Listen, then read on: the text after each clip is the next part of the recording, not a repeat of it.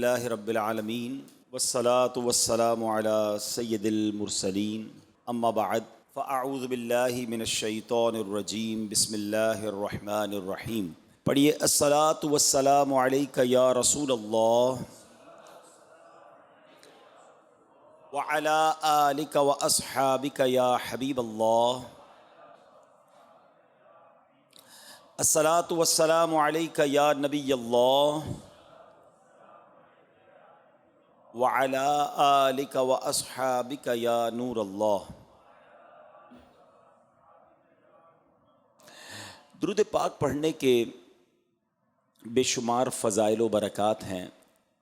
میرے آقا مدینے والے مصطفیٰ صلی اللہ تعالیٰ علیہ وسلم کا فرمان عالی شان ہے، جس کا مضمون ہے کہ جو کوئی شخص مجھ پر ایک بار درود پاک پڑھتا ہے، اللہ تعالیٰ اس پر اپنی 10 رحمتیں نازل فرماتا ہے، اس کے 10 گناہوں کو مٹاتا ہے اور اس کے 10 درجات کو بلند فرماتا ہے۔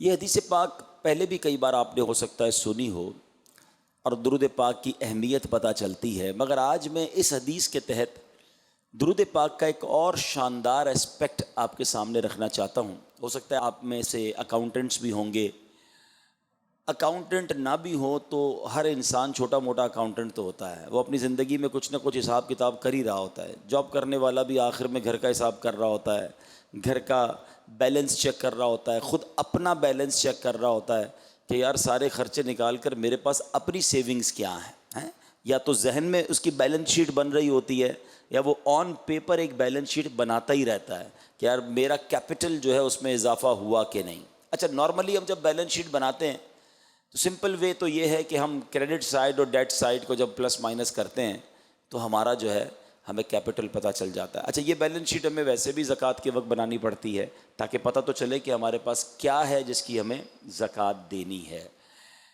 اچھا، دنیا کی بیلنس شیٹ کسی کی آؤٹ ہو جائے، دیر از اے وے ٹو سارٹ آؤٹ، ٹھیک ہے نا؟ کوئی بھی بیل آؤٹ کر سکتا ہے، کوئی قرض دے سکتا ہے، کسی کی ڈیٹ سائڈ بڑھ جائے، قرض زیادہ ہو جائے اور اپنے پیسے کم ہو جائیں، مائنس میں چلا جائے، تو طریقہ ہوتا ہے کہ بھائی کوئی دوست یا کوئی جاننے والا مدد کر دے، قرض دے دے تاکہ وہ بیلنس شیٹ بیلنس کر دی جائے اور پھر آہستہ آہستہ جا کر پیسے اتار دیے جائیں۔ تو دیر از اے وے آؤٹ ان دس دنیا میں تو وے آؤٹ ہے۔ آپ کو پتہ ہے قیامت کے دن بھی ایک بیلنس شیٹ بنے گی اور وہ بڑی سینسٹیو بیلنس شیٹ ہوگی، ٹھیک ہے؟ اچھا، اس بیلنس شیٹ کی 2 بڑی سینسٹیوٹیز ہیں کہ ایک تو اس میں کاؤنٹ نہیں ہوگا بلکہ ویٹ ہوگا، نامہ اعمال تولے جائیں گے اور اسکیل لگایا جائے گا آن دا ڈے آف ججمنٹ، اور پھر اسی کی بنیاد پر ڈیسیشن ہو جائے گا۔ اور اتنی سینسٹیو ہے کہ اگر ایک نیکی بھی زیادہ ہو جائے، گناہوں کے پلڑے سے ایک نیکی بھی زیادہ ہو گئی تو وہ بندہ جنت میں چلا جائے گا، اور ایک گناہ بھی زیادہ ہو گیا تو اسے جہنم میں ڈال دیا جائے گا۔ وہ اللہ کی رحمت ہے، معاف کر دے، لیکن جو اس کے اصول بیان ہوئے، ٹھیک ہے، اور یہی بات رب نے قرآن مجید میں بیان فرمائی سورہ قارعہ میں، فَأَمَّا مَنْ ثَقُلَتْ مَوَازِينُهُ فَهُوَ فِي عِيشَةٍ رَاضِيَةٍ، فرمایا جس کی تولے بھاری پڑ گئیں، یعنی نیکیاں زیادہ ہو گئیں، وہ من مانتے چین میں، وہ جنت کی راحتوں میں ہے۔ آگے فرمایا وَأَمَّا مَنْ خَفَّتْ مَوَازِينُهُ، جس کی تولے ہلکی پڑ گئیں، فَأُمُّهُ هَاوِيَةٌ وَمَا أَدْرَاكَ مَا هِيَ نَارٌ حَامِيَةٌ، فرمایا جس کی تولے ہلکی پڑیں اب وہ بھڑکتی ہوئی جہنم کی آگ میں ڈال دیا جائے گا۔ اب اس کے تحت حدیثیں ہیں کہ ایسے لوگ ہوں گے جن کی کچھ نیکیاں کم پڑ گئی ہوں گی یا کچھ گناہ زیادہ ہوں گے، وہ اپنی ماں کے پاس جائیں گے، اپنے والد کے پاس جائیں گے، اپنے دوستوں کے پاس جائیں گے، بٹ نو بڈی ہیلپ، کوئی ہیلپ نہیں کرے گا، ادھر کوئی جواب نہیں دے گا، ایون ماں بچے کو جواب نہیں دے گی، بیٹا ماں کو جواب نہیں دے گا، نفسا نفسی کا دور ہوگا۔ تو بتاؤ نا، اس دن کی سینسٹیوٹی زیادہ یا آج کی بیلنس شیٹ زیادہ امپورٹنٹ ہے؟ اس دن بیلنس شیٹ آؤٹ ہو گئی تو مارے جائیں گے۔ اچھا، ادھر کوئی کسی کو نیکی نہیں دے گا، گناہ نہیں لے گا، ہم جائیں گے کدھر؟ اچھا، تھوڑی دیر کے لیے ایک سینیریو ذہن میں بناتے ہیں کہ میزان عمل لگا ہوا ہے اور ایک ایسا بندہ ہے جس کا صرف ایک گناہ زیادہ ہے، وزن میں ایک گناہ زیادہ ہے، اگر وہ ایک گناہ کم ہو جائے تو وہ جنت میں چلا جائے، یا ایک نیکی کم ہے وہ اسے مل جائے تو وہ جنت میں چلا جائے گا۔ ٹرائی ٹو انڈرسٹینڈ اس کی حسرت کا، اس کی یوں سمجھیے کہ تکلیف کا عالم کیا ہوگا، اور اس کو کیا کیا یاد آئے گا. یار کاش وہ گناہ نہ کرتا، کاش وہ میں حرام نہ دیکھتا، کاش وہاں جھوٹ نہ بولتا. یا اس کو کتنی نیکیاں یاد آئیں گی کہ تھوڑے درود اور پڑھ لیتا، تھوڑے نفل اور پڑھ لیتا، تھوڑے سجدے اور کر لیتا، 2-4 نیکیاں اور بڑھ جاتی تو میرا جنت. یہ دیکھو سب جنت میں جا رہے ہیں اور مجھے روکا ہوا ہے. اللہ اکبر. اب آؤ میں آپ کو بتاتا ہوں دیر از اے وے ٹو سارٹ آؤٹ اور بیلنس یور بیلنس شیٹ. ایک طریقہ ہے کہ اگر اس کو دنیا میں اپنا لینا تو بیلنس شیٹ کمال طریقے سے بیلنس ہو سکتی ہے. اب حدیث دوبارہ سنو. آقا فرماتے جو ایک بار درود پڑھتا ہے 10 نیکیاں لکھی جاتی ہیں، 10 گناہ کم ہوتے ہیں. ہر درود میرے نامہ اعمال کو، میزان عمل کو کس شاندار انداز سے بہتر کر رہا ہے. اچھا دیکھیے یہ ہم سب کو پتا ہے. اگر اللہ نہ کرے مثال کے طور پہ ہم میں سے کسی کا آج انتقال ہو جائے، ہمارے گناہ نیکیوں سے زیادہ ہی ہیں. میں چلے آپ کے بارے میں نہیں کہتا، مجھے اپنے بارے میں پتا ہے کہ ہماری نیکیوں کا تو پہلے پتہ ہی نہیں قبول ہوں گی کہ نہیں، اس میں تو پتہ نہیں کتنی ملاوٹیں ہیں، ریاکاری تو دکھلاوا تو اخلاص کی کمی، گناہ ہی گناہ ہیں. تو بیلنس شیٹ اگر اس طرح تولی گئی تو پھنس جائیں گے. ہاں درود پاک پڑھتا رہوں تو گناہ کم ہوتے جائیں گے، نیکیاں بڑھتی جائیں گی. اب سوچو یہ کیسا وظیفہ ہے. یہ وہ شاندار کمال کا وظیفہ ہے کہ پڑھتے جاؤ، ہر درود پر تمہاری نیکیوں کا پلڑا بھاری ہوتا جائے گا، گناہوں کا پلڑا ہلکا ہوتا جائے گا. اب آپ کی مرضی ہے کتنے درود پڑھنے ہیں. تو چلتے پھرتے اٹھتے بیٹھتے جتنا ہو سکے کثرت کے ساتھ درود پاک پڑھا کریں، ساتھ تسبیح رکھا کریں. تقریباً لوگ آج کل واک کرتے ہیں، اچھی بات ہے، واک کرنا صحت کے لیے اچھا ہے، اور اچھی نیت سے کرے تو ثواب بھی ملے گا. مگر کیا ہی اچھا ہو کہ اگر واکنگ ٹائم کو ہم درود ٹائم بنا دیں. جب واک کریں شوز پہنتے ہیں، بعض اوقات لوگ ڈریس بھی چینج کرتے ہیں، اب تسبیح بھی ساتھ لے لیں. بغیر تسبیح کے واک نہ کریں. آپ بلیو کریں 30-40 منٹس کی آپ کی واک بھی کمپلیٹ ہو جائے گی. میرا خیال ہے تقریباً 1000-1200 درود پاک بھی پورے ہو جائیں گے. اور جدھر جدھر چلتے چلتے درود پڑھو گے نا وہ زمین بھی گواہ ہو جائے گی.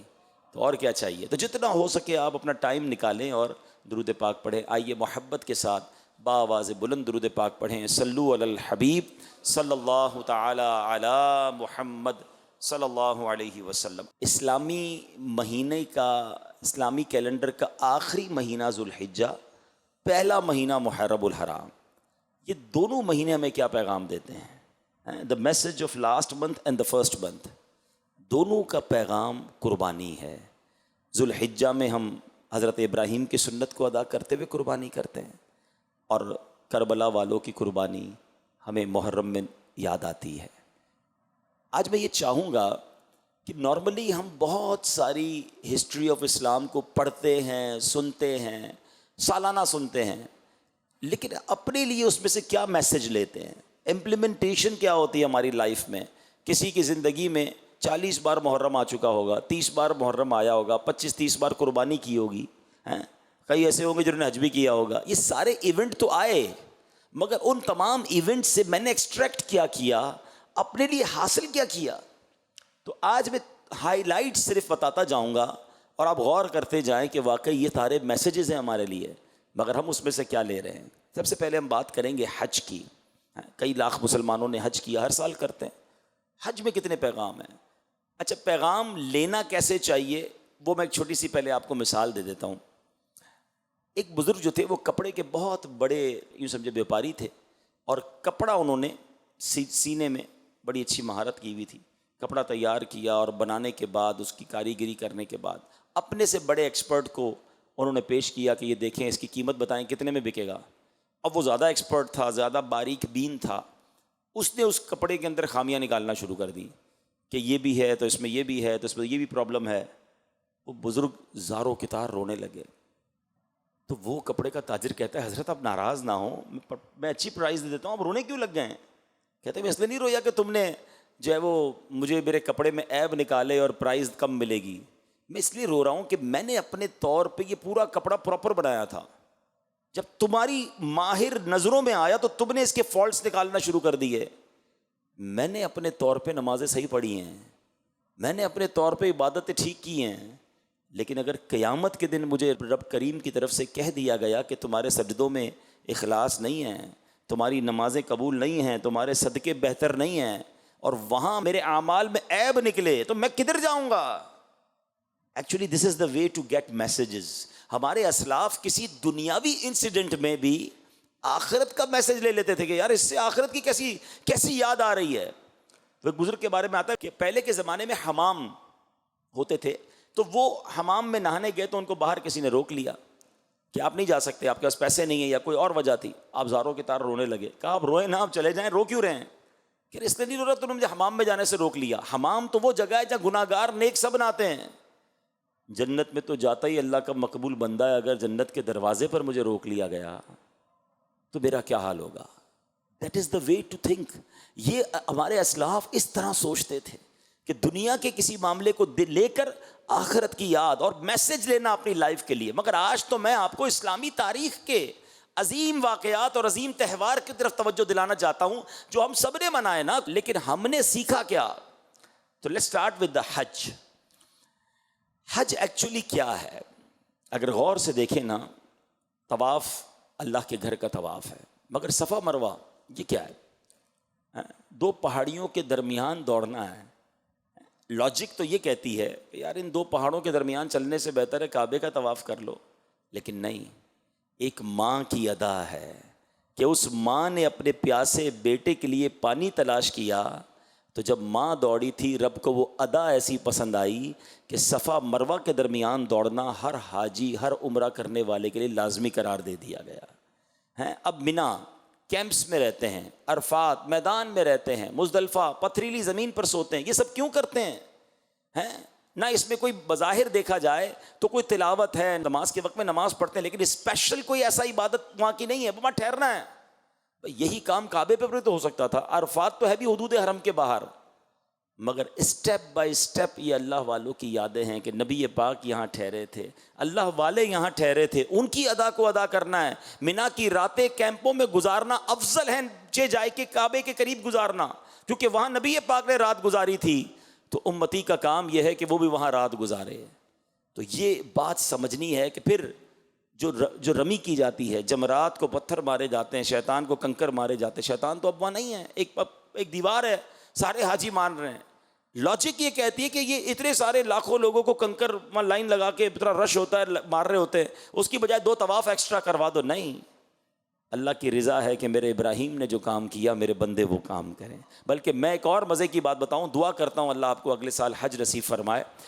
میں نے اب تک جتنا پڑھا ہے, میرا مطالعہ بہت تھوڑا ہے, آپ بھی کسی مفتی صاحب سے, عالم صاحب سے پوچھیے گا, جتنے نیک اعمال ہیں ان کے فضائل میں نے اب تک 2 ہی اعمال ایسے پڑھے ہیں کہ جن کو کرنے سے کبیرہ گناہ کی معافی کا اعلان ہے. ہر جمرے کو رمی کرنے پر ایک کبیرہ گناہ معاف ہو جاتا ہے. اور ایک اور کام ہے جو آپ آسانی سے چاہیں تو ہر ہفتے میں کئی بار اپنے محلوں میں کر سکتے ہیں, کہ جنازے کو جو کاندھا دیتا ہے نا, ہر قدم پر ایک کبیرہ گناہ معاف ہوتا ہے. ہمارے یہاں کاندھا نہیں دیتے لوگ, اللہ اکبر, یقین کریں لالچ ہونی چاہیے کہ یار جنازہ ہوا ہے, چلو جنازہ پڑھوں, 40 قدم میں بھی سنت ادا کر لوں, 40 کبیرہ گناہ معاف ہو جائیں گے انشاءاللہ. تو یہ مواقع ہوتے ہیں کہ نیکی کدھر سے ملے گی. میں نے ابھی بتایا بیلنس شیٹ سیٹ کرنی ہے. ہاں, یہ کبیرہ گناہ جو معاف کروانے والے اعمال ہیں اس کو تو ڈھونڈ کے کیا کرو اور آگے بڑھ کے کیا کرو. بہرحال اب دوبارہ آتے ہیں تو اب یہ تمام چیزیں کیا بتا رہی ہیں؟ صفا مروہ کی سعی, جمرات کی رمی, منا, عرفات میں, یہ سب یہ بتاتا ہے کہ اللہ کی بارگاہ میں مقبول یہ ہے کہ اللہ والوں کی یاد منائی جائے. کوئی پراپر حج کو سمجھے نا تو اس کو پھر یہ بات کبھی بھی کنفیوز نہیں کرے گی کہ اولیاء کرام کی یاد کیوں مناتے ہیں, عرس کیوں مناتے ہیں, ان کا ذکر کیوں کرتے ہیں, سالانہ دن کیوں مناتے ہیں. ارے بھائی, اگر اللہ والوں کی یاد نہ منانا ہوتا اور یہ درست نہ ہوتا تو پھر اتنے سارے حج کے اعمال کیا ہیں؟ سارے کے سارے اللہ والوں کی یاد ہے.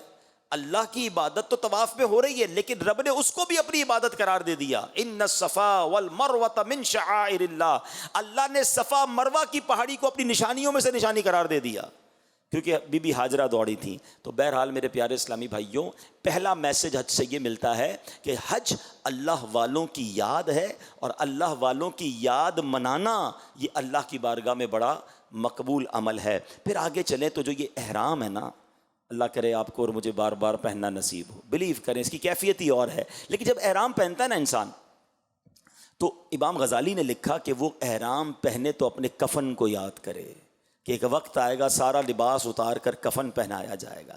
حج کو جائے، سفر پر جائے تو اس سفر کو یاد کرے کہ ایک بار مجھے گھر سے جنازے کی صورت میں لے کر جایا جائے گا، گھر بار، کاروبار، فیملی سب پیچھے، اور میں قبر میں چلا جاؤں گا. جس طرح حج کو گیا ہے، احرام پہن کر گیا ہے، سمجھ لے ایک دن آئے گا جب کفن پہن کے گھر سے نکلوں گا.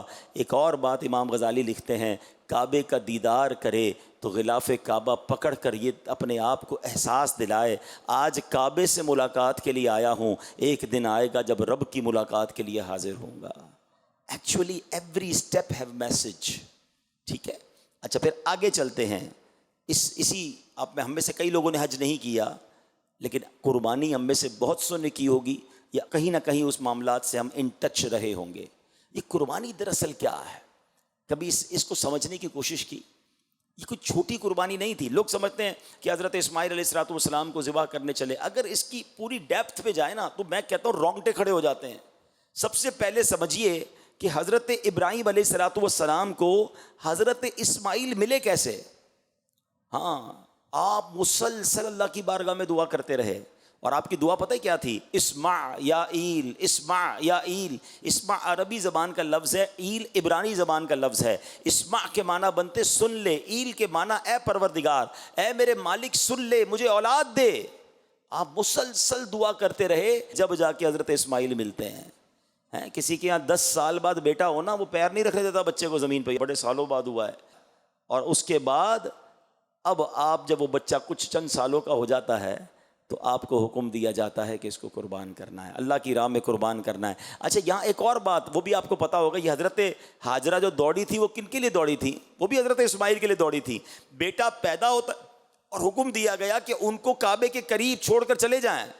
ماں اور بیٹے کو چھوڑ کر آپ چلے گئے اس بیابان کے اندر. یہ کتنی بڑی قربانی تھی، کیونکہ اللہ کا حکم تھا. اور پھر حضرت اسماعیل کے قدموں سے زمزم کا جاری ہونا. اور آپ تو سمجھدار لوگ ہیں، پڑھے لکھے ہیں، کہ اس زمانے میں بلکہ اب بھی دنیا میں جہاں پانی ہوتا ہے وہیں زندگی ہوتی ہے، وہیں آبادی ہوتی ہے. زمزم کا شروع ہونا، مکے کی آباد کاری شروع ہونا، اور آہستہ آہستہ مکہ ایسا آباد ہوا کہ پوری دنیا کا مرجع بنا. پھر کعبے کی اثر نو تعمیر ہونا. یہ حضرت اسماعیل اور حضرت ابراہیم جو ہے نا، یقین کریں وہ ہستیاں ہیں، ان کے اتنے احسانات ہیں کہ پڑھے تو انسان کا ایمان تازہ ہو جاتا ہے. اب ذرا سنیے گا، آپ کو یہ کہا گیا کہ بچے کو قربان کرنا ہے، اللہ کی راہ میں ذبح کرنا ہے. آپ ایک دن تو سوچتے رہے کیونکہ خواب میں یہ حکم دیا گیا تھا. دوسرے دن آپ کو یقین آ گیا. تیسرے دن آپ نے بچے کو لے کر جانا چاہا، لیکن کمال دیکھیں کہ اپنے بچے سے مشورہ بھی کیا. اب بیٹا دیکھو کیسی فرما بردار. آپ نے جو مشورہ کیا وہ بھی قرآن میں موجود ہے. پہلے آپ نے اپنے بیٹے سے کیا کہا؟ یا بنی انی ارا فی المنام انی اذبحک فانظر ماذا تری. اے میرے بیٹے، میں نے خواب میں دیکھا ہے کہ میں تجھے ذبح کرتا ہوں، اب تو دیکھ تیری کیا رائے ہے. کسی کو ذبح کرنے کے لیے رائے پوچھیں گے تو کیا رائے دے گا؟ اچھا عمر 7 سال، ایک روایت کے مطابق 9 سال، اتنی کم سنی ہے. مگر تربیت ابراہیمی دیکھو کہ وہ بیٹا کہتا ہے اے میرے والد کیجئے جس کا آپ کو حکم دیا جا رہا ہے، آپ مجھے صابر پائیں گے، صبر کرنے والا پائیں گے. اللہ اکبر. اچھا جب آپ لے کر گئے نا اپنے بیٹے کو، تو شیطان مختلف روپ میں آپ کے سامنے آیا اور آپ نے فرشتوں کے کہنے پر اسے کنکر مارے. یہ وہ رمی ہے جو آج حاجی کرتے ہیں. مگر یاد تو کیجئے کہ یہ کیسی رمی تھی، یہ کیسا کمال تھا کہ اس وقت باپ بیٹے کو ذبح کرنے جا رہا ہے اور شیطان بیچ میں آ کر ورغلانے کی کوشش کر رہا ہے. اور اس کے بعد وہ بیٹا کیسا فرما بردار کہ جب ذبح کرنے کا وقت آیا نا تو بیٹا کہتا ہے بابا جان ایک دو کام کیجئے کہ آپ مجھے ذرا اچھی طرح باندھ دیجئے تاکہ میں جب زور سے ہلوں گا تو ایسا نہ ہو کہ جو ہے نا میرے خون سے آپ کے کپڑے خراب ہو جائیں. اور بابا جان دوسری بات یہ ہے کہ آپ مجھے الٹا لٹا دیجئے تاکہ مجھے ذبح کرتے وقت آپ میرے چہرے کو نہ دیکھیں، آپ کو زیادہ تکلیف ہوگی. اچھا بابا جان چھری کو زیادہ تیز کر دیجیے گا تاکہ وہ گلے پر جلدی چل جائے، مجھے بھی کم تکلیف ہوگی. اور میرے اس عمل کے بعد مجھے جب آپ گلا میرا کاٹ دیں، ذبح کر دیں تو میرا لباس میری ماں کو دے دیجیے گا، تھوڑا اسے تسلی ہو جائے گی. کبھی سوچا یہ باتیں کتابوں میں تو ہیں، قربانی کتنی بڑی ہے، باپ کے دل پر کیا گزری ہوگی، بیٹے کا عمل کیسا ہوگا. آج وہ لوگ جو تھوڑی سی کوئی قربانی دینے کے لیے تیار نہیں ہے، نہ وقت کی قربانی نہ مال کی قربانی. آج کسی کو کہو بھائی آؤ مسجد میں، ٹائم نہیں ہے، کچھ دین کے لیے 2-3 دن دے دے، نہیں بھائی بہت مصروف ہوں، کاروبار ہے، جاب ہے.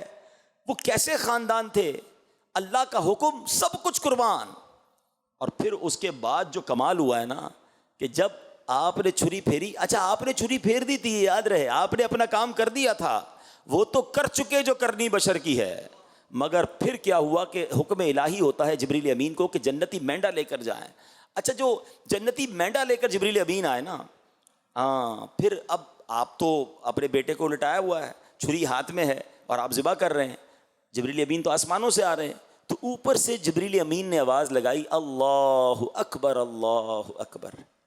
حضرت ابراہیم نے جب اوپر دیکھا آسمانوں کی طرف تو دیکھا تو جبریل آ رہے ہیں، تو آپ سمجھ گئے کہ یہ آزمائش جو ہے اب ختم ہو گئی ہے. تو حضرت ابراہیم نے بے ساختہ کیا کہتے ہیں، لا الہ الا اللہ واللہ اکبر. جب حضرت ابراہیم نے یہ کہا تو حضرت اسماعیل جو لیٹے ہوئے تھے وہ بھی سمجھ گیا کہ لگتا ہے معاملہ اللہ کی طرف سے جو ہے وہ کوئی اور حکم آ گیا ہے اور قربانی قبول کر لی گئی ہے اور فدیہ آ گیا ہے. تو آپ نے کہا اللہ اکبر وللہ الحمد. اب پتہ ہی جو آپ عید کے دنوں میں تسبیح پڑھتے ہیں ایسے ہی پڑھ رہے ہوتے ہیں، کبھی اس کا سینیریو، اس کا بیک گراؤنڈ تو سمجھو. اس سے مقبول تسبیح کون سی ہوگی جس کے ابتدائی الفاظ حضرت جبرائیل نے کہے، درمیانی الفاظ حضرت ابراہیم نے کہے اور آخری الفاظ جو کہے وہ حضرت اسماعیل نے ادا کیے ہیں. یہ تسبیح قربانی کی کیسی عظیم داستان بیان کرتی ہے کہ ملی کیسے موقع پر کہ جب باپ بیٹے کے اوپر پیر رکھ کر چھری چلا رہا ہے اور اللہ کی راہ میں قربان کر رہا ہے اور جنتی مینڈا آ رہا ہے. اس سینیریو کو یاد کر کے جب اس تسبیح کو پڑھتے ہیں تو ایمان تازہ ہو جاتا ہے کہ سبحان اللہ یہ کیا عظیم قربانی ہے. آج ہم پر احسان تو دیکھو رب کا، ہمیں کہا بکرا، بکری، دمبا، گائے، اونٹ ذبح کر دو تمہاری قربانی ہو جائے گی. ہمیں نہیں کہا کہ اپنا بچہ قربان کرو، ہمیں نہیں کہ جناب اپنا ایک ہاتھ کاٹ کے قربان کر دو. اللہ نے کتنی بڑی ہم پر آسانی کی ہے. اچھا قربانی بھی اس پر ہے جس پر مال ہے، مال نہیں تو قربانی بھی نہیں ہے. اتنی آسانیاں ہیں مگر اصل قربانی وہ تھی حضرت ابراہیم علیہ الصلوۃ والسلام نے دی. اب ذرا اس تصور میں، پہلے کئی بار یہ تسبیح پڑھی ہوگی، آج ذرا اس تصور میں یہ تسبیح پڑھو تو ایمان تازہ ہوگا. اللہ اکبر اللہ اکبر لا الہ الا اللہ واللہ اکبر اللہ اکبر وللہ الحمد.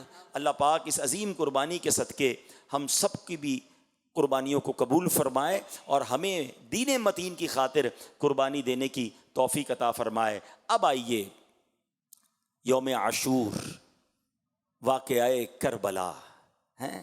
ساری دنیا لرز جاتی ہے جب بھی اس واقعے کا ذکر ہوتا ہے. 1400 سال ہو گئے ہیں مگر جب بھی پڑھتے ہیں، جب بھی سنتے ہیں، دل پر ایک غم کی کیفیت طاری ہو جاتی ہے. اب تھوڑا سا میں چاہوں گا کہ ہائی لائٹس کے طور پر پوائنٹس وائز آپ کو سمجھاتا جاؤں کہ واقعہ کربلا میں ہمارے لیے کیا کیا میسج ہیں. سب سے پہلے یہ واقعہ کربلا ہوا کیوں، what is the reason behind this. ٹھیک ہے نا، امام حسین تو مدینہ پاک میں تھے، وہ کربلا کیوں گئے اور یہ کیوں معاملہ ہوا؟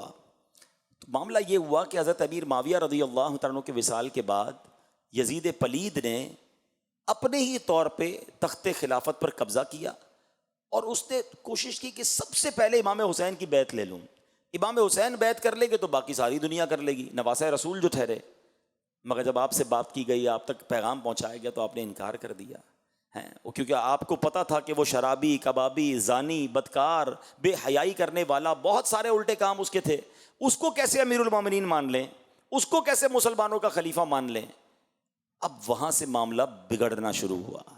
پہلا میسج، امام حسین کو بڑی آفرز تھیں کہ آپ قبول کر لیں، پھر آپ کی تو وظائف باندھ دیے جائیں گے، آپ کو بڑی لگژریز دی جائیں گی. آپ نے کسی چیز کو قبول نہ کیا اور باطل کے آگے سر نہیں جھکایا، کمپرومائز نہیں کیا. آپ کمپرومائز کر لیتے نا تو ساری دنیا کے لیے ایک مثال بن جاتی کہ جناب جب بھی مشکل آئے کمپرومائز کر لو. امام حسین نے بھی تو کیا تھا. نہیں، آپ نے سر کٹا دیا مگر کمپرومائز نہیں کیا. یہ میسج ہے ہم تمام لوگوں کے لیے جو کہتے ہیں یار آفس کا ماحول ایسا ہے نا تو وہاں نماز نہیں پڑھ سکتا، ذرا ہمارا دوستوں کا ماحول ایسا ہے نا تو وہاں ڈریس مجھے ایسے ہی پہننا پڑتا ہے. ارے جناب یہاں جو ہے نا میں سنت پر عمل نہیں کر سکتا, فلاں ملک میں جاتا ہوں تو وہاں اس برائی سے نہیں بچ سکتا. ارے تم ماحول کی وجہ سے اپنے اعمال, اپنے دین, اپنے عقائد پر کمپرومائز کر لیتے ہو. سیکھو نواسۂ رسول صلی اللہ تعالی علیہ وسلم سے کہ کس طرح جان قربان کر دی مگر باطل سے کمپرومائز نہیں کیا. یہ رہتی دنیا کے لیے میسج ہے کہ امام حسین نے عظیم قربانی اس لیے دی کہ نانا کے دین کے پرچم کو بلند کر دیں. کیا خوبصورت شعر ہے نا کہ قتل حسین اصل میں مرگ یزید ہے, اسلام زندہ ہوتا ہے ہر کربلا کے بعد. تو وجہ یہ بنی کہ آپ نے باطل کے آگے سر نہیں جھکایا. اب دوسرا سوال ذہن میں یہ آتا ہے کہ ٹھیک ہے آپ نے جب نہیں کی بیعت تو مدینہ چھوڑ کر کربلا کیسے جانا ہوا؟ اصل میں آپ نے یہ ڈیسائیڈ کر لیا کہ اگر اب میں مدینے میں رہوں گا تو اس کے سپاہی جو ہیں اب یہ جنگ و جدال کریں گے, اور آپ کے دل نے گوارا نہ کیا کہ مدینے میں تلواریں چلیں, مدینہ منورہ کا امن و سکون برباد ہو, تو آپ نے سوچا کہ میں مکے چلا جاتا ہوں. آپ مکہ پاک کے لیے روانہ ہو گئے. مگر ذرا سوچیں کہ نواسۂ رسول جن کی پیدائش مدینے میں ہوئی, پورا خاندان مدینے میں ہے, ساری زندگی یہاں گزری ہے, اور اب انہیں مدینہ چھوڑنا پڑ رہا ہے. تاریخ میں جس طرح یہ واقعات لکھے ہیں کہ کس طرح امام حسین نے روتے ہوئے نبی پاک کے روضے پر حاضری دی, وہ رات کیسی آہو فغاں میں گزری تھی. نانا جان کو کس طرح الوداع کہا گیا کہ نانا حضور اب ہم سے مدینہ چھڑوایا جا رہا ہے. اللہ اکبر. یہ وہ ہستی ہیں جن کو میرے آقا جنتی نوجوانوں کا سردار فرمایا کرتے, میرے آقا انہیں جنتی پھول فرمایا کرتے, نبی پاک انہیں چوما کرتے, یہ نبی پاک کے کاندھوں پر سواری کرتے. ایسا انٹریکشن, ایسا تعلق تھا, اور ان ظالموں نے امام حسین کو مدینہ چھڑوایا. آپ روتے ہوئے اشک بار آنکھوں سے مدینہ پاک سے مکہ پاک آ گئے. مگر اب کمال دیکھو کہ کوفہ سے مسلسل آپ کو پیغام آ رہے تھے کہ حضور ہم آپ کی بیعت کرنا چاہتے ہیں, ہم یزید کی بیعت نہیں کرنا چاہتے, آپ آئیے اور ہمیں اس کے ظلم و ستم سے بچائیے, اور ہم آپ کے ہاتھ پر بیعت کرنا چاہتے ہیں. اللہ اکبر. آپ کو معلوم تھا کہ یزید کے لشکر والے بڑے ظالم ہیں, مگر جب کوفیوں کی لیٹر آئے, کوفیوں کے مکتوب آئے, تو یہ آپ کے منصب کا تقاضا تھا کہ کیسے ڈینائی کر دیتے. امام حسین اسلام کے بہت بڑے داعی تھے, حق کی بات کرنے والے تھے, عظیم مبلغ اسلام تھے. آپ نے فرمایا اگر میں کوفہ نہ گیا تو قیامت کے دن اگر کوفے والے کھڑے ہو گئے بارگاہ الہی میں کہ یا اللہ ہم تو امام کی بیعت کرنا چاہتے تھے, ہم اس بدکار یزید کی بیعت نہیں کرنا چاہتے تھے, مگر امام ہمارے پاس نہیں آئے, تو میں اللہ کی بارگاہ میں کیا جواب دوں گا؟ یہ دین کی خاطر قربانی کا جذبہ دیکھو کہ جان کی پرواہ نہ کی, اور آپ نے کہا میں سفر کروں گا. بڑے بڑے صحابہ کرام نے آپ کو روکا, منع کیا, یہ آپ کو دھوکہ دیں گے, انہوں نے پہلے بھی لوگوں کو دھوکہ دیا ہے, مگر آپ نے کہا نہیں, ان کے میرے پاس لیٹر آئے ہوئے ہیں, میرا منصب اس بات کی اجازت نہیں دیتا کہ میں مسلمان پریشان ہوں, مجھے پکار رہے ہوں اور میں ان کی مدد کو نہ جاؤں اور میں دین کی بات کرنے نہ جاؤں. اللہ اکبر. یہ امام حسین کا ڈیسیشن لینا, یہ آپ کا ٹریول اختیار کرنا. حالانکہ ایک اور بات ذہن میں رہے کہ امام حسین وہ شخصیت ہیں جن کی پیدائش کے وقت سے شہادت کی خبر مشہور تھی. نبی پاک نے پہلے ہی صحابہ کو بتا دیا تھا کہ حسین کو شہید کیا جائے گا, بلکہ مولا علی شیر خدا کرم اللہ تعالی وجہ الکریم کو تو یہ بھی معلوم تھا کہ کربلا کے میدان میں شہید ہوں گے. کربلا کی بٹی آپ کو دکھائی گئی, نبی پاک علیہ الصلوۃ والسلام کی بارگاہ میں فرشتے لے کر آئے, تو یہ سب کو معلوم تھا. مگر پھر بھی کربلا کا سفر ہو رہا ہے, پھر بھی کوفہ کا سفر ہو رہا ہے. تو اس سے ایک اور بات پتہ چلتی ہے. دیکھیں نبی پاک تو وہ ہیں کہ لوگ آ کر دعا کرواتے, اپنے کام کروا لیتے تھے. صحابہ کہتے بارش چاہیے, آقا ہاتھ اٹھاتے بارش برستی. صحابہ کہتے بارش رکوائیے, آقا ہاتھ اٹھاتے بارش رک جاتی. جو نبی چاند کو اشارہ کر کے 2 ٹکڑے کر دے, وہ نبی کیا اپنے نواسے سے یہ آفت ٹل جائے اس کی دعا نہیں کر سکتے تھے؟ بی بی فاطمہ کہتی بابا جان آپ کو اتنا پیار ہے حسین سے, آپ دعا کیجئے کہ اس کو شہید نہ کیا جائے, اس پر ظلم نہ کیا جائے, یہ آفت ٹل جائے. مولا علی کہتے نبی پاک علیہ الصلوۃ والسلام سے یہ سارا خاندان وہ ہے جو سارے جہان کے لیے دعائیں کرنے والا, مگر اپنے بیٹے کے لیے دعا نہ کی. اس کے پیچھے علماء نے لکھا کہ یہ سب پریپیئر تھے اس امتحان کے لیے, سب اپنے بچے کو گویا خون جگر پلا رہے تھے. امام حسین کی تربیت ہو رہی تھی کہ آگے جا کے تم نے دین پر قربان ہونا ہے. پتہ تھا پھر بھی صبر تھا. ہمارا حال کیا ہے؟ اللہ اکبر. یہ بہت کمال کا میسج ہے اگر ہم سمجھیں کہ انہیں معلوم تھا کہ اتنی بڑی آزمائش ہونے والی ہے، پھر بھی شکوہ نہیں ہے، پھر بھی جناب اللہ کی بارگاہ میں کوئی کمپلین نہیں ہے، زباں پر شکوہ رنج و الم لایا نہیں کرتے، نبی کے نام لیوا غم سے گھبرایا نہیں کرتے. بہت سارے اس میں تو پیغام ملتے ہیں نا. لوگ آج کل عجیب عجیب باتیں کرتے ہیں کہ یار میں تو نماز بھی پڑھتا ہوں، روزے بھی رکھتا ہوں، صدقہ بھی دیتا ہوں، میرے مسئلے ہی حل نہیں ہوتے، میری پریشانی دور نہیں ہوتی، پتہ نہیں میرا کیا قصور ہے. ارے اللہ کے بندو، اول تو یہ کہنا نہیں چاہیے میرا کیا قصور ہے، ہم تو ہیں ہی قصوروار. لیکن اگر کسی نیک شخصیت پر واقعی آزمائش آ رہی ہے تو مجھے بتاؤ نا، کربلا والوں سے زیادہ نیک کون تھا؟ انہیں بھی تو امتحان آیا نا، اور وہ امتحان میں کامیاب ہوئے. اور آج ہم چھوٹی سی آزمائش پر شکوے، شکایات، کمپلین نہ کریں. ایسا امیر اہل سنت بڑا پیارا میسج دیتے ہیں، فرماتے ہیں پیارے مبلغ معمولی سی مشکل پہ تو گھبراتا ہے، پیارے مبلغ معمولی سی مشکل پہ تو گھبراتا ہے، دیکھ حسین نے دین کی خاطر سارا گھر قربان کیا. امام حسین نے تو پورا گھر قربان کر دیا نا. اچھا پھر کیا ہوا؟ آپ مدینے سے مکے آ گئے اور آپ نے مزید کنفرمیشن کے لیے حضرت مسلم بن عقیل کو بھیجا. وہ وہاں گئے تو کوفے والوں نے ہزاروں کی تعداد میں آپ کی بیعت کر لی، اور انہوں نے لیٹر لکھ دیا کہ حضور یہاں تو معاملات بہت اچھے ہیں، ہزاروں لوگ میرے ہاتھ پر بیعت کر چکے ہیں، آپ آئیے، وہ آپ کا انتظار کر رہے ہیں. اب 3 ذو الحجہ کو امام عالی مقام، امام عرش مقام مکے سے کوفہ کے لیے روانہ ہوتے ہیں. ذرا سوچیے یہ کون سے دن ہوتے ہیں؟ 3 ذو الحجہ اور 9 ذو الحجہ میں کتنا فرق ہے؟ 5-6 دن کا فرق ہے. حج کے لیے ساری دنیا سے لوگ مکے آ رہے ہیں، مگر امام حسین کوفہ جا رہے ہیں کہ دین پھیلانا ہے. قربانی دی، پہلے مدینہ چھوڑا، پھر مکہ چھوڑا، اور اب آپ جب جانے لگے تو وہاں حضرت مسلم بن عقیل کو شہید کر دیا گیا. امام حسین کو راستے میں یہ پتہ چل گیا تھا کہ حضرت مسلم بن عقیل شہید ہو گئے ہیں. آپ نے اور آپ کے رفقا نے مشورہ کیا کہ اب نہیں جانا چاہیے، حالات عجیب و غریب ہیں.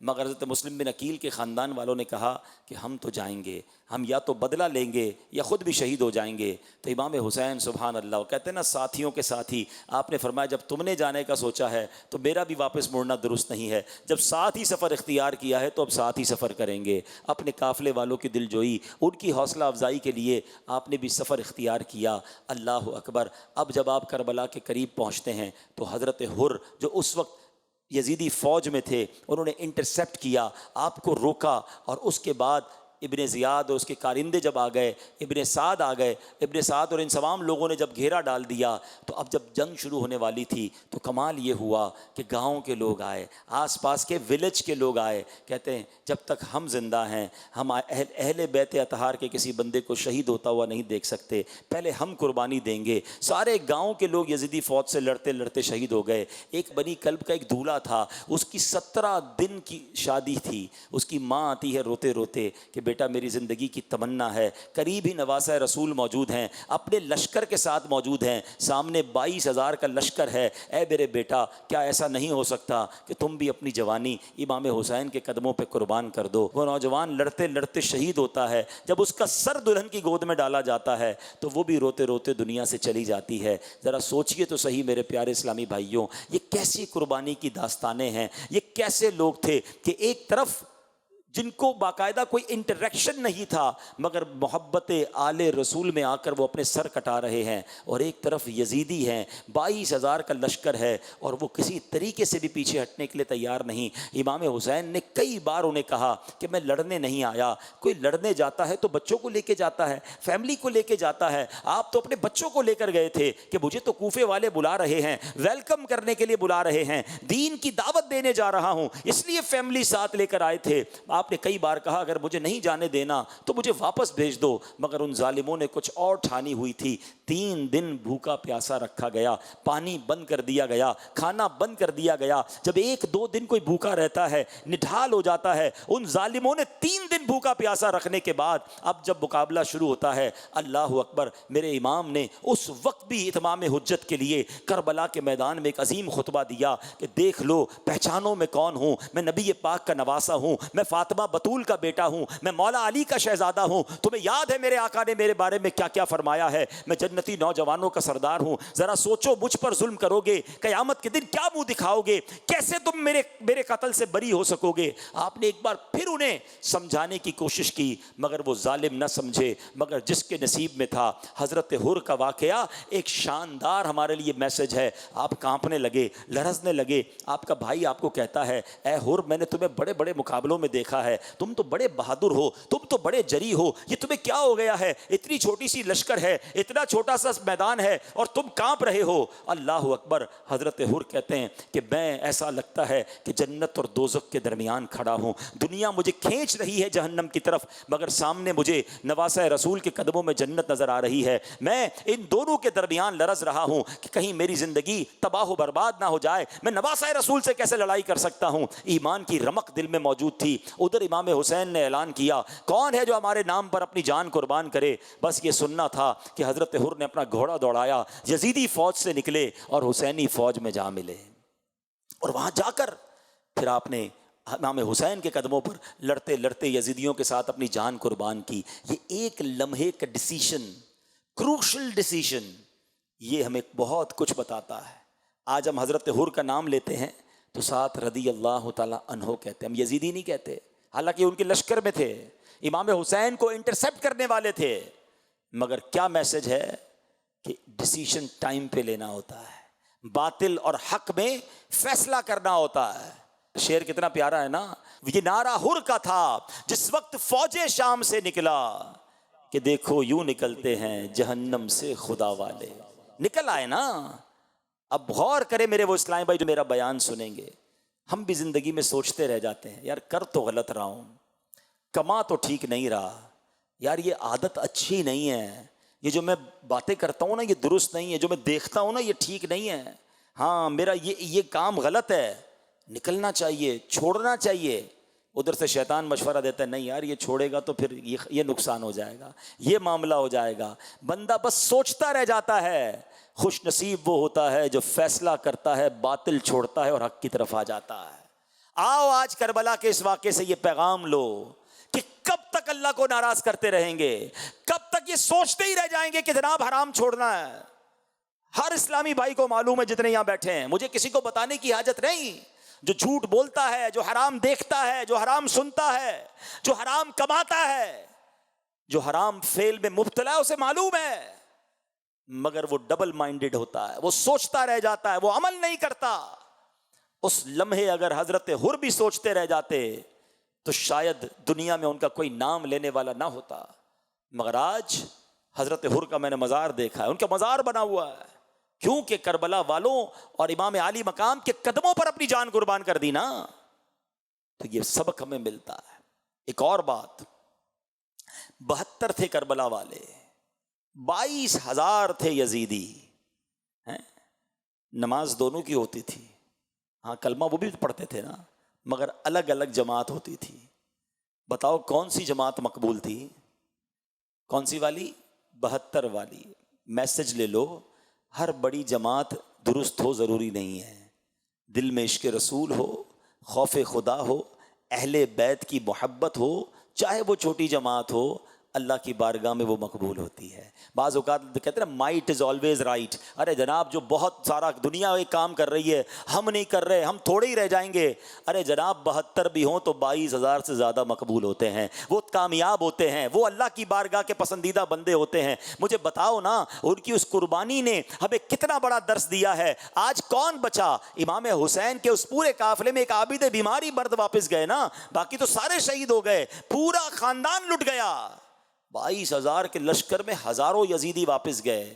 میں آپ سے سوال کرنا چاہتا ہوں کسی یزیدی لشکر کے ایک بندے کا نام بتا دیں، 2-4 جو کمانڈر تھے اس کے علاوہ کسی کو بھی نام نہیں پتا۔ کیوں نہیں پتا؟ ان کے نام و نشان مٹ گئے، مگر کمال دیکھو 1400 سال گزر گئے، شہدائے کربلا کے نام لوگ تعویذ کی طرح اپنے پاس رکھتے ہیں، ان کے نام زندہ جاوید ہیں۔ بتاؤ دنیا میں کوئی ایک بندہ جو کہے میں یزید سے محبت کرتا ہوں، یہ یزیدیوں سے محبت کرتا ہوں۔ دنیا کے کونے کونے میں چلے جائیں آپ کو امام حسن اور امام حسین اور اس پورے قافلے کربلا والوں کے چاہنے والے ملیں گے۔ قربانی دی اللہ نے ان کے نام باقی رکھے، ان کی عزتیں بڑھ گئیں۔ ارے وہ حکومت کیا کرتے، امام حسین نے کروڑوں اربوں مسلمانوں کے دلوں پر آج بھی راج کیا ہوا ہے۔ حکومت تو یہ ہے نا، ہم ایکچولی بعض اوقات کیلکولیٹر پہ چل رہے ہوتے ہیں، یار اتنا نہیں ملا، یہ چھوڑ گیا، یہ چلا گیا۔ ہر چیز کیلکولیشن سے نہیں ہوتی ہے جناب، کچھ فیصلے عشق کے بھی ہوتے ہیں۔ عقل کو تنقید سے فرصت نہیں، عشق پر اعمال کی بنیاد رکھ۔ حضرت ابراہیمی کے تو واقعہ ہے نا کہ جب آگ میں ڈالا جا رہا تھا، کتنی بڑی آگ تھی کہ پرندے نہیں گزرتے تھے، مگر آپ نے کیوں اس آگ میں چھلانگ لگا دی؟ اللہ کے بھروسے۔ لیکن اگر آگ پھر کیا ہو گئی، گلزار ہو گئی نا۔ شاعر کیا لکھتے ہیں کہ بے خطر کود پڑا آتش نمرود میں عشق، عقل تھی محو تماشائے لبے بام ابھی۔ عقل تو سوچ ہی رہی تھی، عشق نے اپنا کام کر دیا۔ عقل والوں کے نصیبوں میں کہاں ذوق جنوں، عشق والے ہیں جو ہر چیز لٹا دیتے ہیں۔ اللہ وہ جذبہ عطا فرمائے، دین کے لیے قربانی کا جذبہ عطا فرمائے، اور جب اللہ کی راہ میں چلیں، جب دین کی طرف آئیں اور کوئی مشکل آئے تو صبر بھی اللہ عطا فرمائے کہ کوئی بات نہیں، یہ رکاوٹ آئی ہے، میں نے دین نہیں چھوڑنا ہے۔ تھوڑی سی تکلیف ہو، نہیں بھائی یار نماز نہیں پڑھنی، نماز پڑھتا ہوں، لوگ باتیں کرتے ہیں، نہیں یار میں نے دین کی طرف نہیں جانا، کیا کروں، کولیگز تنگ کرتے ہیں، کوئی حوصلہ ہی نہیں بڑھاتا۔ ارے امام حسین کو دیکھو، سب کچھ قربان کر دیا مگر دین کے پرچم کو سر بلند کیا۔ آخری بات کرنا چاہتا ہوں، ہم سب چاہتے ہیں، ہم سب کی تمنا ہے کہ قیامت کے دن ہماری ملاقات ہو امام حسین سے، ہم سب چاہتے ہیں اہل بیت اطہار کے قدموں میں ہمارا حشر ہو، مگر بتاؤ نا جب قیامت کے دن امام حسین کے قدموں میں حاضر ہوں گے اور امام حسین نے اگر ایک سوال ہم سے کر لیا کہ میں نے تو اپنے نانا کے دین کو سر بلند کرنے کے لیے پورے گھر کو لٹا دیا، بتاؤ تم نے دین اسلام کی کیا خدمت کی ہے؟ Is there any answer؟ ہمارے پاس کوئی جواب ہے؟ بس اس دن کی تیاری کرو، ملاقات امام حسین کی تیاری کرو کہ جب حاضر ہوں گا نا نبی پاک کے نواسے کی بارگاہ میں تو عرض کروں گا حضور اپنے حصے کا چراغ میں بھی جلا کے آیا ہوں، اپنے حصے کی کوشش میں بھی کر کے آیا ہوں، کچھ تو کر کے جاؤ نا۔ کیا یہ جواب دو گے کہ بڑی پروفیشنل لائف تھی، بہت بیزی لائف تھی، کاروبار تھا، جاب تھی، فیملی تھی، دین کے لیے کوئی ٹائم نہیں تھا؟ نہیں جناب، ہم سب کو امام حسین کے نقش قدم پر چلتے ہوئے نبی پاک کے دین کی خدمت کرنی ہے۔ That's why you are here, اسی لیے تو آئے ہو نا اب کہ ہم نے کچھ سیکھ کر ہم نے بھی جذبہ لے کر جانا ہے۔ ہم سب چاہتے حسینی طریقے پر چلیں، کوئی ایسا بیٹھا نہیں ہوگا کہ زندگی یزیدی طریقے پر گزرے، مگر کبھی اس کو غور کیا کہ حسینی طریقہ کیا ہے اور یزیدی طریقہ کیا ہے؟ امام حسین نے کربلا کے میدان میں بھی نماز پڑھی تھی، تلواروں کے سائے میں بھی سجدے کیے تھے۔ بتاؤ نا، وہ تلوار کے سائے میں سجدے کریں اور پنجتن کا غلام کہلانے والا فرض نمازیں چھوڑ دے، پنکھے لگے ہوتے ہیں مسجدوں میں، کارپیٹ بچھے ہوتے ہیں، نماز قضا ہو جاتی ہے۔ تو یاد رکھو امام حسین سے محبت صرف کھچڑا بنانے اور کھانے میں نہیں ہے، یقیناً نیاز کرنی ہے، ہاں اچھی بات ہے، ایصال ثواب کرنا چاہیے، مگر ہم نیازی بعد میں ہیں، نمازی پہلے ہیں۔ تو آئیے آج کربلا کا یہ پیغام بھی لے کر جائیں کہ آج کے بعد ہماری کوئی نماز قضا نہیں ہوگی۔ ایسا نہیں، زوردار نعرہ لگائیں، آج کے بعد ہماری کوئی نماز قضا نہیں ہوگی، ہم روزانہ کچھ نہ کچھ تلاوت قرآن کریں گے۔ اچھا پھر یزیدی طریقہ کیا ہے؟ کربلا کی رات شب عاشور حسینی قافلے میں، حسینی خیمے میں تلاوت ہو رہی تھی، دعائیں ہو رہی تھی، نمازیں ہو رہی تھی۔ یزیدی کیمپ میں کیا ہو رہا تھا؟ رقص و سرور کی محفلیں، شراب، موسیقی۔ اب غور کر لیں، ہماری راتیں نمازوں میں ہیں، تلاوت میں ہیں، دعاؤں میں ہیں، یا اللہ نہ کرے موسیقی میں ہیں، گانے باجوں میں ہیں، بے حیائی میں ہیں؟ یہی تو یزیدی طریقہ ہے نا۔ ہمیں یزید کے ساتھ نہیں، ہمیں امام حسین کے ساتھ محشر میں جمع ہونا ہے۔ تو حسینی طریقے کو اپنا لیجئے، اور دعوت اسلامی کا ماحول یہ کمال کا ماحول ہے جو ہمیں حسینی طریقے پر زندگی گزارنے کا طریقہ بتاتا ہے۔ اور سبحان اللہ، کربلا والوں سے جو امیر اہل سنت اور دعوت اسلامی والوں کی محبت ہے نا، کربلا والے کتنے تھے؟ 72 تھے، ٹھیک ہے۔ آپ کو پتہ ہے دعوت اسلامی کے شعبہ نیک اعمال، یہ کتنے نیک اعمال ہیں ذرا بتائیے؟ 72۔ یہ کیوں ہے 72 بھائی؟